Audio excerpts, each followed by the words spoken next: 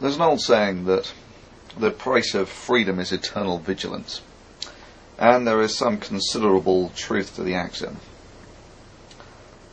In that sense, if you want to defend your freedom of speech, you've got to be perpetually aware to things that might erode it. Second thing that you need to be aware of is asymmetric strategies when individuals have to deal with large corporations, governments, monopolies, this sort of thing. And that can be eloquently summarised as, if you don't stand together, you'll get hung separately. In this fashion, I want to bring your attention to some of YouTube's recent actions. A while ago, I instigated a protest against YouTube called YouTube versus the Users. There were 3 parts, part 1, part 2, part 3. All of them had tens of thousands of hits on them. All of them were mirrored a couple of hundred times at least a piece. And if you now type YouTube versus the Users into a search engine, I find nothing on any of the videos at all, despite the tens of thousands of hits, despite the hundreds of mirrors. Right? And I've been in contact with people around the world. Some of them find something, others find nothing. And I find that exceptionally disturbing.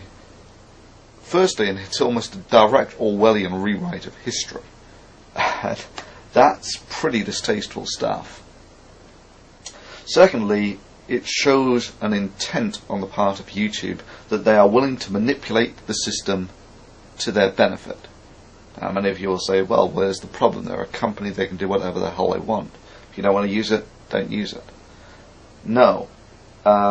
Influence without accountability is the root of corruption.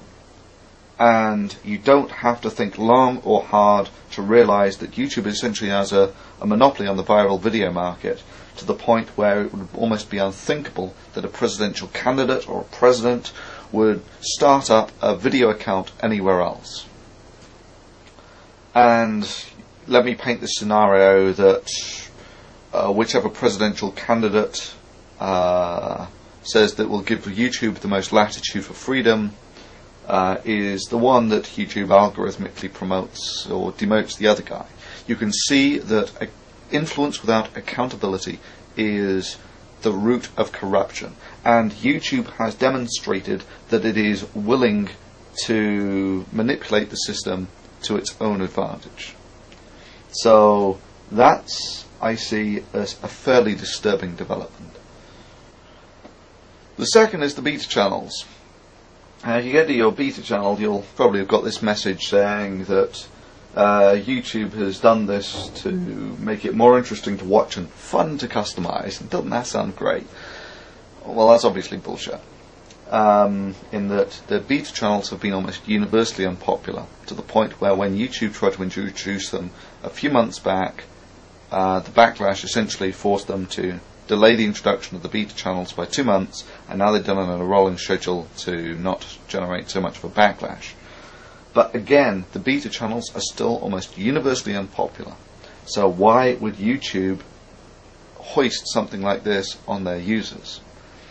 And in interpreting YouTube's actions, I make the assumptions that they've got a lot of smart people working for them. And even though they're losing money today, this is actually part of a plan to make money tomorrow. And I see these beta channels as part of that. Now, if you actually compare the old style channels to the new ones, the main difference you'll find is on the old style channels, there was only one video you could watch on the channel page. Everything else took you away from the channel page, where you go into this sort of video, almost random distribution of videos that you can go to. And that's mostly how people navigated the system. That's what made it interesting, was this sort of random walk through viral media. If you now compare that to the beta channels, what you'll find is it's now almost impossible to leave the channel page. That virtually everything plays on the channel page. And you'll also notice that virtually all the ratings have gone. Right? Now you compare that to a commercial video distribution network. This one's Comedy Central. What you've got is you've got your video in the middle, you've got a load of links down the side to videos produced by the same content provider. And you'll also notice that this is similar as well, that if you want to post a comment on this, you actually have to click on a link, which is verbatim what you have on the YouTube beta channels. So the main reason that I see that YouTube has gone over from the old style channels to these beta channels is for the commercial content providers. If you like, the commercial content providers can produce a lot of traffic and produce a lot of money. So YouTube is obviously inclined to service this community more so than the bulk of what made up the body of YouTube previously. And obviously ratings in this sense don't really serve any benefit to commercial content providers, in that if they're actually putting out junk, they want people to watch it. They don't want people to actually see the star rating and know that it's junk and not watch it from there. They want people to watch it irrespective of whether it's junk or not. So this is the main reason that I think that YouTube has gone over to the beta channels, is it's turned what was a system where you essentially navigated randomly through the bulk, through media that was produced by the bulk of the people, YouTube, yeah?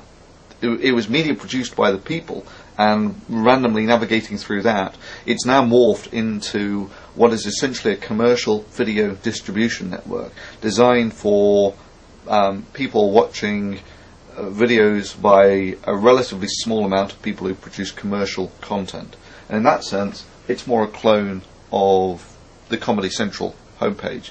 And in this sense, a great irony is fulfilled in that initially it was seen that YouTube was the good guys fighting off Viacom, and now YouTube has essentially turned their system into what Comedy Central is. So, now, is any of that really a problem? YouTube's a corporation, it can do whatever it wants, right? Well, yes, it can. However, it does so at the cost of its corporate image. And they put a lot of money into things like corporate image. People like Google, with their motto, "Don't be evil." Just like Fox News is fair and balanced. Slogan doesn't mean everything. But it's very difficult to reconcile a motto like "Don't be evil" and this sort of action. I would see this as almost an abuse of monopoly, in that people say YouTube's losing lots of money at the moment. They're losing money hand over fist. No, not really. This is part of a plan to make money tomorrow, in that YouTube can take the loss from Google's funds to improve the system, maintain the servers, etc. Meanwhile, if someone is actually starting up a corporation that is going to compete with YouTube, and they want to produce the same service but make a profit today, they can't really effectively compete with someone like YouTube, who is doing the same thing but taking a loss. And what YouTube has essentially now done is built up a monopoly on the viral market. So it's now almost unthinkable that if a presidential candidate was going to start up a video channel, they would do it anywhere else other than YouTube. And this brings us all back to influence without accountability. So, the main reason I'm doing this is to let people like Google and YouTube know that there are vigilant eyes watching them who